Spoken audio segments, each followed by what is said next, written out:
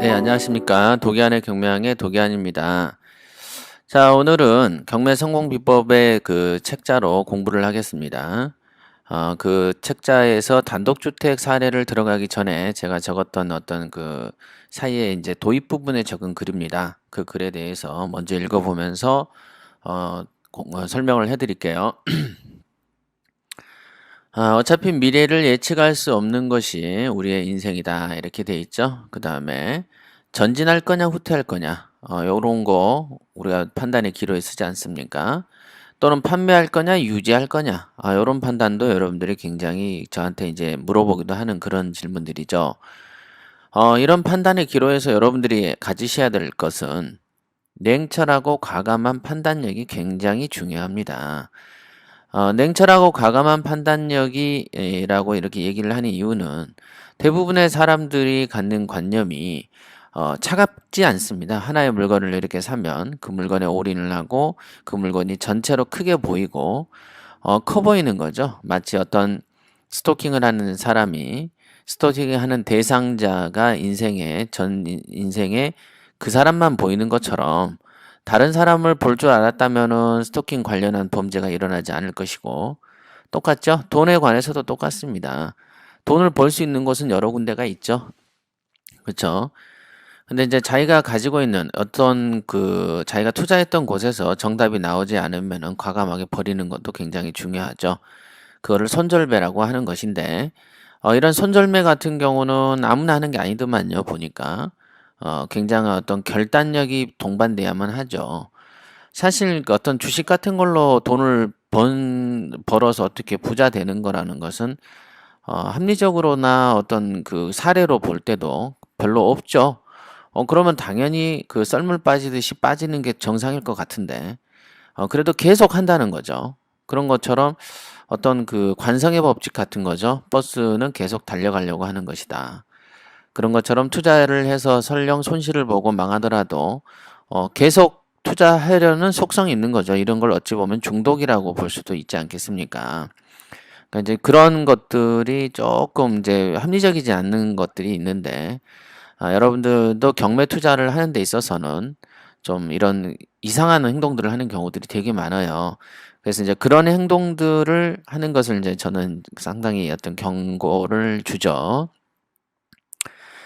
자, 그래 읽어보시고요. 그 다음에 큰 돈을 한 번에 투자하는 것보단 여러 개로 쪼개서 투자하라. 이게 굉장히 중요합니다. 일종의 이제 자본 운용법의 핵심 키워드죠. 여러분들이 가지고 있는 자본으로 어차피 이제 더 큰 돈에 더 큰 물건 같은 경우는 한번 유찰됐을 때 이제 유찰되는 금액 차이가 크기 때문에 높은 물건을 해서 더 많은 차익을 남길 가능성이 높기는 합니다만은 어정쩡한 한 2, 3억대, 4, 5억대 가지고는요, 오히려 그 돈을 잘게 잘게 쪼개가지고 투자하는 것이 훨씬 더 유리합니다. 그러니까 그런 판단을 하기 위해서는 또 다른 세법에 대한 부담을 지지 않습니까? 옛날에는 일가구 다주택이면은 이제 중과세를 하니까. 그러면 또 투자를 안 해본 사람들은, 아이고, 다주택이면은 그 중과세를 하니까 하나나 두 개를 사는 게 낫지 않냐.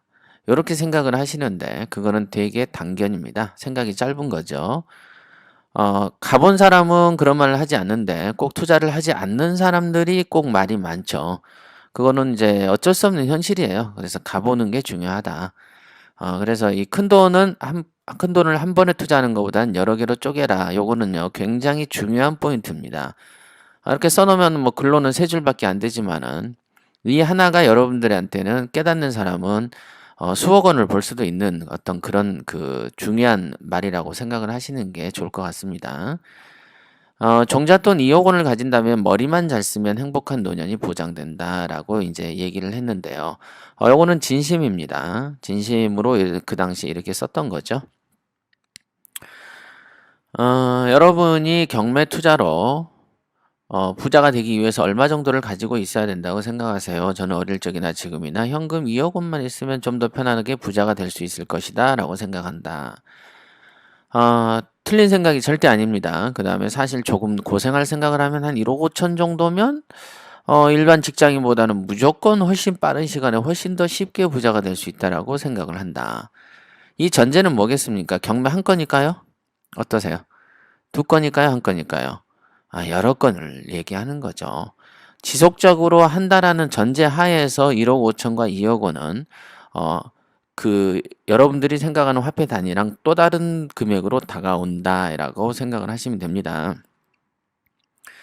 물론 1억 5천하고 2억을 가지고 어떤 재능이 없는 사람들 같은 경우는 이걸로 어떻게 답을 내냐라고 생각을 하시는 분도 있을 수 있어요. 또는 1억 5천하고 2억 정도로 부자 된다 그러니까 뭐 1월에 사서 6월에 부자 되는 뭐 이 정도로 생각하는 분도 있을지 모르겠습니다만은 항상 여러분들이 이제 생각을 하고 남하고 비교를 할 때는요. 대체적인 다른 재테크랑 비교하시고요. 또는 다른 사람들이 어떻게 사는가를 비교하시거나 가깝게는 여러분들 스스로 경매라는 걸 투자하기 전에 어떻게 살았는가에 대해서도 견주어 보세요. 간혹 보면은 일평생 벌지도 못한 돈을 한두 번 벌어보면은 그게 우습게 보이는 경향이 있는 그런 이 가벼운 품성의 사람들도 되게 많습니다. 한 1, 2천 버는 것을 되게 우습게 여기죠. 그동안 그 전까지는 1, 2천 쉽게 벌지도 못했으면서 말이죠. 실제로 한 3천을 투자해서 한 1,000만 원을 벌었다 그러면 상당한 수익률입니다. 그것도 예를 들면은 6개월도 아닌 몇 개월 안에 벌었다면은 남이 부러울 만한 수익률이죠. 그런데 이제 그 정도로 생각하지 않고 그 한 건으로 더 큰 부자가 됐으면 좋겠다라는 바람이 속으로 생각만 하면 좋은데 입 밖으로 나와서 상대 자신을 무식하게 보이기도 하는 사람도 되게 많습니다. 그러죠. 그래서 제가 부자 마인드 책을 쓴 겁니다, 사실은. 여러분들이 가지고 있는 어떤 터무니없는 욕심을 상대로 교육을 하는 것은 밑도 끝도 없는 교육일 수밖에 없죠. 그래서 남하고 비교했을 때 어떤가? 요런 거를 항상 생각을 하십시오. 2억 원은 현실적으로 따지면 그다지 큰 돈이 아닙니다. 2억 원이면 서울에서는 작은 빌라를 구입하거나 전세금 수준밖에 되지 않습니다. 실제로 경매 상담을 하면 한 2억 정도 있는 사람들도 스스로도 돈이 많지 않다라고 인식하는 경향이 강합니다. 맞습니다. 이 돈이 내가 큰 돈이 아니라는 것은 누구나 인식하는 거죠. 자, 보시죠, 또. 그럴 때마다 제가 하는 말은요, 현금 2억 원은 매우 큰 돈입니다. 이 돈을 지금부터라도 잘만 돌리면 부자가 될 수 있습니다. 이것은 확실한 사실입니다. 믿어지세요? 라고 말입니다. 그런데 이 말을 듣는 사람들은 제가 하는 말에 그다지 감동을 먹지 않습니다. 정말 신기하더군요. 대체로 부자는 극소수이고 부자가 되는 사람도 극히 드물기 때문에 저의 이런 말을 듣는다고 해서 뼈에 새기는 사람은 매우 적습니다. 그렇죠. 정말 저는 이게 이해가 안 되는데, 저 같은 경우에는 어찌됐든 경매를 이용했죠. 여러분들은 경매 투자만 이용하시지만 저는 경매로 교육도 하고, 경매로 컨설팅 법인도 있고, 경매로 제 자신에 대한 투자도 하고 있습니다. 즉, 경매로 여러분들이 쌀 같은 경우에는 쌀로 밥만 먹습니까? 쌀로 뭘 만들죠? 떡국도 만들죠. 떡국도 만들고 이 떡국으로 떡볶이도 만들어 먹습니다. 그렇죠? 쌀로 쌀 라면도 만들고 다양하게 쓰지 않습니까? 쌀이라는 걸 이용해서 안 그래도 엊그제 팟캐스트 팟빵에 어떤 분이 이제 뭐라고 해야 되나요? 게시판에 글을 남겨주셨는데 다른 방송에서는 경매는 이제 개인이 수익을 남기기에는 이제 지나가 버린 시절이다. 이런 식으로 말을 하는데 저 같은 경우에는 왜 그렇게 얘기를 하지 않고 상반되는지 궁금해 하셨어요. 그래서 제가 답글로 이제 3개 정도로 3줄로 크게 이제 써드렸습니다만은 쌀이라는 걸로 다양한 어떤 제과를 만들고 쌀이라는 걸로 떡볶이도 만들고 뭣도 만들고 이렇게 변형이 되지 않습니까? 그죠? 그런 것처럼 여러분들이 인식하고 있는 어떤 경매라는 도구로는 현재 생각하고 이용하고 있는 그 범주 내에서 외에도 또 다른 이용법하고 또 다른 형태의 수익이 가능할 수도 있다라는 것을 염두에 두셔야 돼요. 여러분이 들고 다니는 전화기가 옛날에는 스마트폰, 현재 쓰고 있는 이런 터치폰이 될 수 있을 거라고 당시에 생각이나 하셨습니까? 그 당시에 핸드폰을 판매하던 삼성이나 이런 데서도 생각이나 했을까요? 절대 생각하지 않았을 겁니다. 왜? 왜 그렇죠? 처음에 나왔을 때 어땠습니까? 3년 정도 우리나라에서 수입을 금지시켰죠? 그 사이에 이제 부랴부랴 만들어서 핸드폰을 만들어서 급조해서 팔았지 않습니까? 그렇게 큰 대기업에서 그렇게 그 잘난 연구원들도 상상력이 거기까지 미치지 않는 겁니다. 그런데 여러분들이 인식하는 이 경매라는 이 바닥에서 얼마나 많은 사람들의 상상력이 그렇게 좋아서 새로운 어떤 투자 상품을 개발해내는 연구원이 있나요? 없죠? 그런 상태에서 여러분들의 개인들이 가지고 있는 조그마한 생각들로 이거는 이제 돈이 안 될 것 같아요. 또 다른 수익처가 없을 것 같아요라고 말을 하고 그런 어떤 이제 터무니없는 말을 또 주워서 이렇게 듣고 정말로 경매 바닥에서는 이젠 별 볼 일 없나 봐 라고 믿는 사람은 또 뭐냐 이거예요. 그러니까 저는 이런 거는요 그냥 저는 그런 말을 하면 듣지도 않습니다. 그때 게시판에 남겨주신 분도 이 방송을 들으시면요 절대 그런 힘 빠지는 얘기 같은 거 듣지 좀 마십시오. 본인이 어떤 아이디어와 이 바닥에서 노력을 하면요 새로운 형태의 모델이 창출되는 것이다. 이거를 잊으시면 안 되겠습니다. 2억 원이면 김밥집이나 동네 호프집 정도를 열 수 있습니다. 이렇게 적었죠. 정말로 2억 원이란 돈으로는 요즘 들어서는 더 크지 않죠. 파리바게트 하려면 5억 든다고 하더군요. 파리바게트는 그래도 이제 상당히 수익성이 나오죠. 예.